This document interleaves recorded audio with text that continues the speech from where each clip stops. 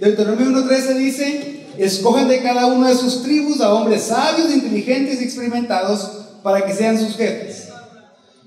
Aquí vemos que Dios delegó en el pueblo, por ley, por decreto de Dios, del gobernante de todas las cosas, el derecho y la responsabilidad de escoger su gobierno. Concedió poder al pueblo para elegir quién los iba a gobernar. Eso es uno de lo que vemos, que Dios decidió darle la responsabilidad al pueblo de escoger sus gobernantes. Y junto con esto, quiero leerles un pasaje que no leyeron ustedes, que está en Éxodo 18:21, en donde es el que cita ahí Deuteronomio. Éxodo 18:21 dice: además escogerás de entre todo el pueblo hombres capaces, temerosos de Dios, hombres veraces que aborrezcan las ganancias deshonestas, y los pondrás sobre el pueblo como jefes de 1000, de 100, de 50 y de 10.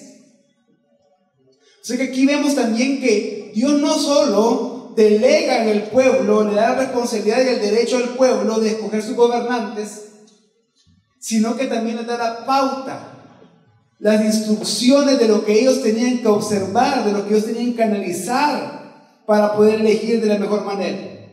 Algunas de esas cosas tienen que ver con el carácter, otras con el conocimiento, con la reputación y también con la experiencia. Y aunque hay varios más, solo quiero hablar de un principio más bien importante, que lo vemos también en el versículo 13 nuevamente, que dice: escojan de cada uno de sus tribus a hombres sabios, inteligentes y experimentados para que sean sus jefes. Y ustedes me respondieron, dice el 14, tu plan de acción nos parece excelente.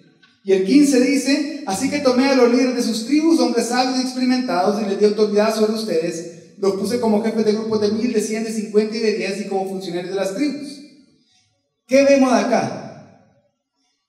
Que además de la delegación de responsabilidad que Dios da para elegir, además de las pautas que Dios les da, vemos que la representación política es un principio que Dios estableció incluso en el pueblo de Israel. Y que una nación con consenso goza de un gobierno más estable. Y por el contrario, una nación sin consenso se debilita. Y entonces, para responder qué dice la Biblia acerca de la elección de gobernantes, podemos decir que Dios instituyó el gobierno y dio al pueblo la responsabilidad de elegir según pautas específicas para que pudieran elegir sabiamente y con consenso, con representación política, aquellos que iban a estar sobre ellos. Pero después de haber respondido rápidamente esto, yo quiero responder otra pregunta muy importante, que es: ¿por quién votar? ¿Qué principios debemos de usar al ejercer el sufragio? Y para esto tenemos que ver que la Biblia sí puede guiarlo a ejercer su voto. No es que la Biblia le va a decir por qué candidato o por qué partido en específico votar. Y tampoco nosotros lo vamos a hacer acá, porque eso no nos corresponde a nosotros. Le corresponde a ustedes decidir. Pero sí recordemos y seamos conscientes que el mensaje que en la historia ha transformado personas, que ha reformado culturas y edificado naciones, es el Evangelio del Reino de Dios, el cual comienza predicando la salvación para las personas, pero también continúa enseñando los principios del Reino de Dios aplicados a cada aspecto de la vida, bajo los cuales las personas tienen que vivir. Y dentro de esos principios se incluye la decisión de elegir a nuestros gobernantes. Y considerando esto, considerando entonces que la Biblia no es ajena a esos temas, yo quiero darles algunos consejos rápidamente. El primer consejo es: vote según sus valores, según sus principios. No solo por los del candidato, sino que según los suyos. Lo que va a determinar qué decisión usted va a tomar no son los principios de X, Y o Z persona. Son los principios que usted tiene. ¿A qué me refiero con esto? Me refiero a que, jóvenes, su voto revela lo que ustedes creen.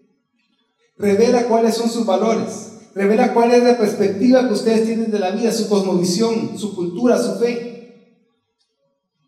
Por eso es importante que nos informemos bíblicamente primero. Porque las ideas políticas antibíblicas son resultado de ideas doctrinales antibíblicas con respecto a Dios en primer lugar, con pensar que Dios no se puede meter en eso. Y algunos dicen, no, es que hay una separación de iglesia y de Estado. Sí, es cierto, hay una separación de iglesia y de Estado, pero no hay una separación de vida y de fe. Y lo que yo creo es lo que dirige cuáles son mis principios, bajo los cuales también me conduzco en la vida. Entonces, una de las razones por las cuales tenemos problemas es que la gran mayoría de ciudadanos de este país, yo creo que de todos los países, actúan y votan de manera antibíblica. Pero eso hasta cierto punto es de esperarse. Lo preocupante es que la mayoría de cristianos de los países o de este país también actúan y votan de manera antibíblica. En otras palabras, ¿qué alimenta su pensamiento político? ¿La Biblia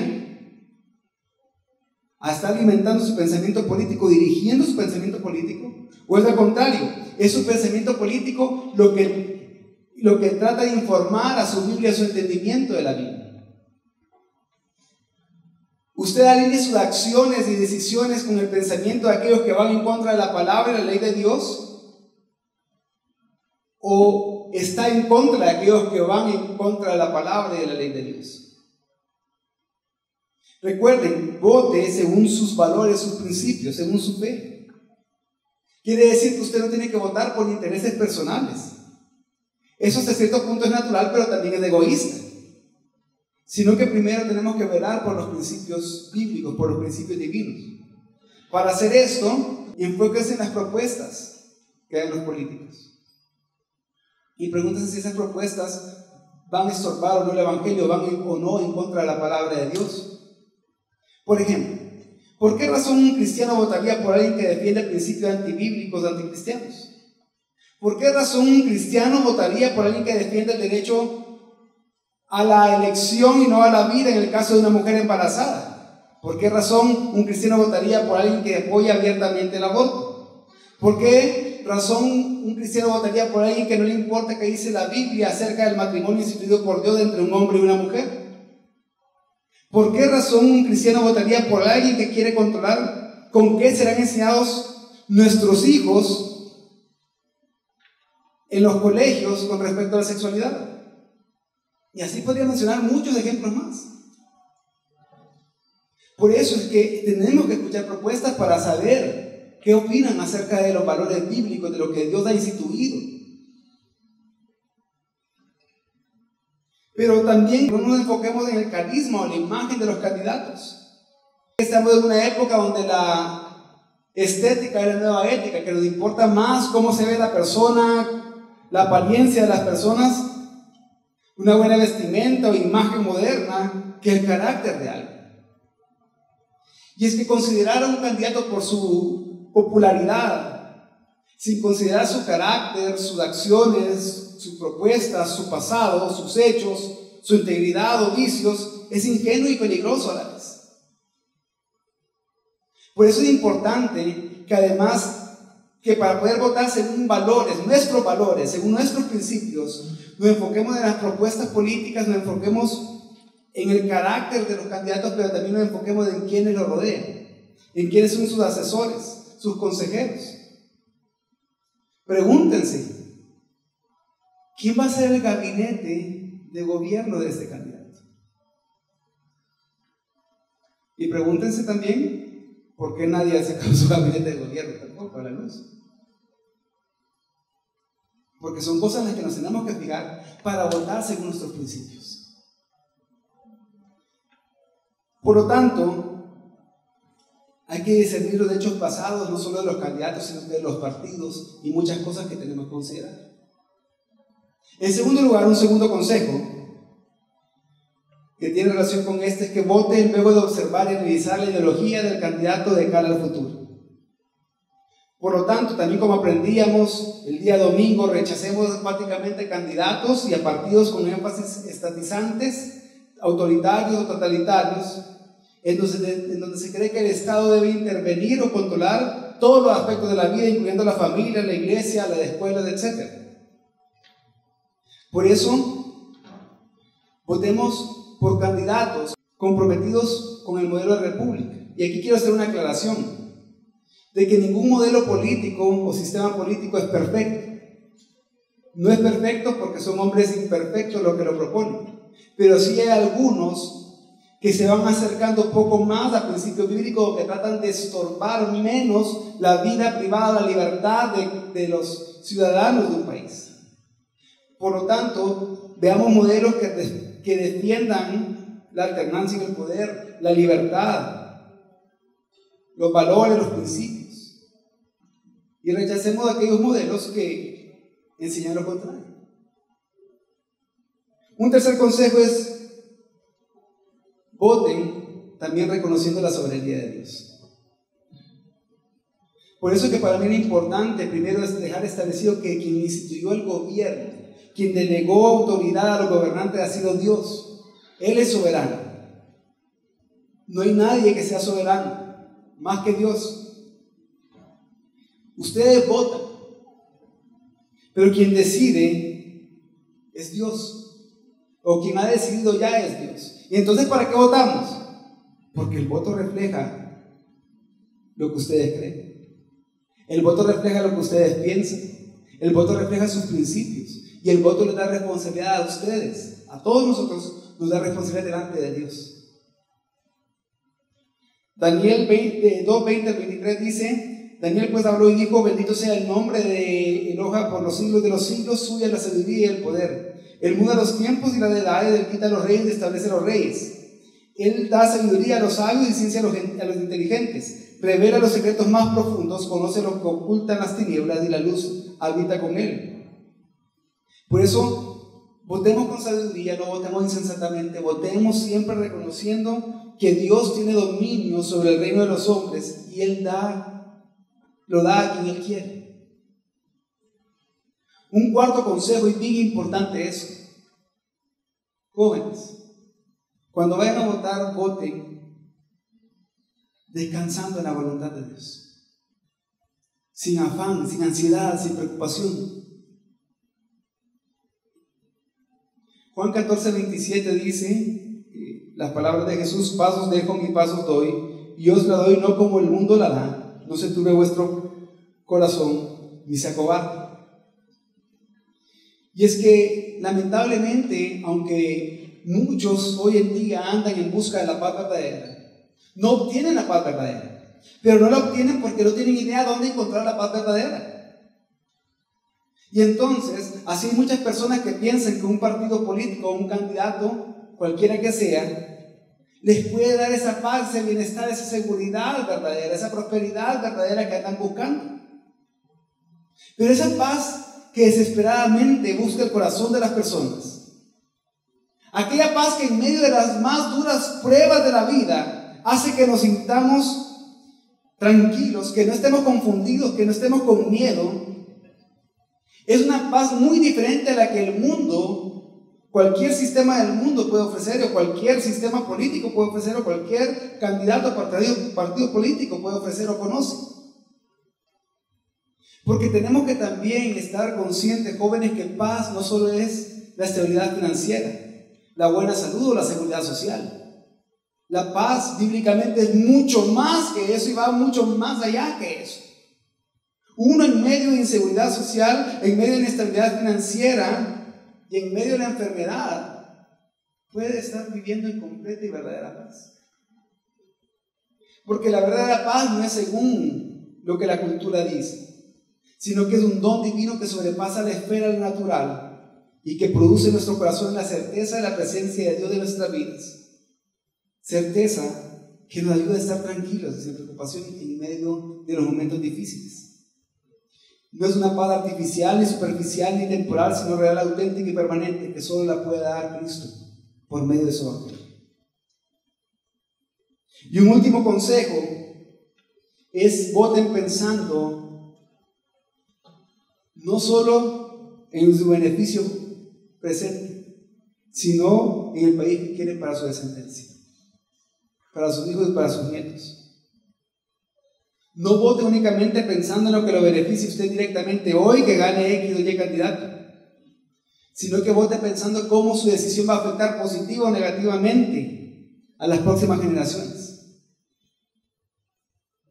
No vote pensando en su propio bienestar presente, en cómo va a tener más dinero, se va a sentir mejor.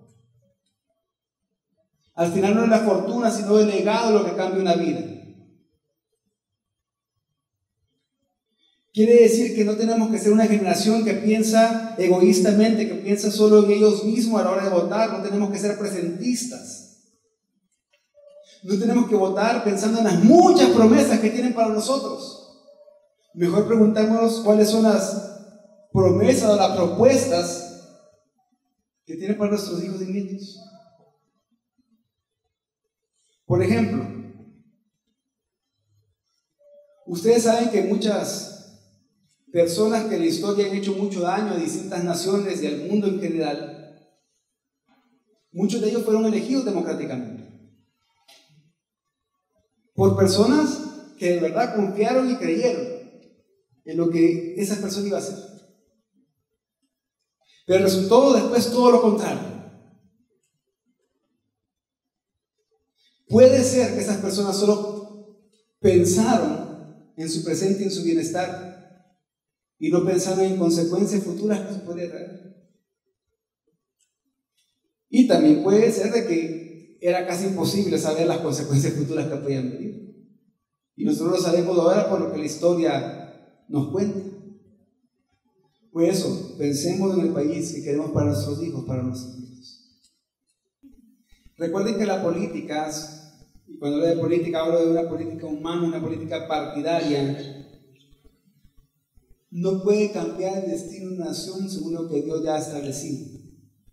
No puede transformar una nación según lo que Dios ya ha establecido.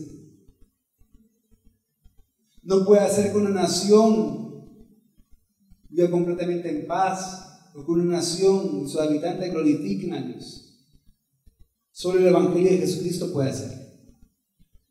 Por lo tanto, los que ya decidieron ir a votar, voten para la gloria de Dios. No vote sin considerar, sin analizar todo lo que hemos hablado hoy, o lo que usted va a aprender o aprendió en las prédicas que cité anteriormente. Porque todo lo que hacemos, todo lo que decimos, demuestra lo que en realidad hay en nuestro corazón, incluyendo el criterio para votar. Por eso aquí, como el pastor Javier nos enseñaba, votará para que Dios pueda ser glorificado lo más que pueda. Y lamentablemente muchos cristianos, lo que se llaman a sí mismos cristianos del 3 de febrero, van a defender gloria de hombres. Pero otros, esperemos que seamos muchos cristianos, que sigamos defendiendo y procurando exaltar la gloria de Jesucristo. No solo el 3 de febrero, sino que hoy, mañana, pasado y cada día de nuestra vida. Porque lo más importante y que nunca debemos de olvidar es que solo hay un Señor y gobernante, que está sobre todos los demás gobernantes, que es Jesucristo. Así que, conscientes de eso, espero que puedan considerar todo esto para tomar una decisión en la que puedan glorificar a Dios el 3 de febrero. Vamos a terminar orando.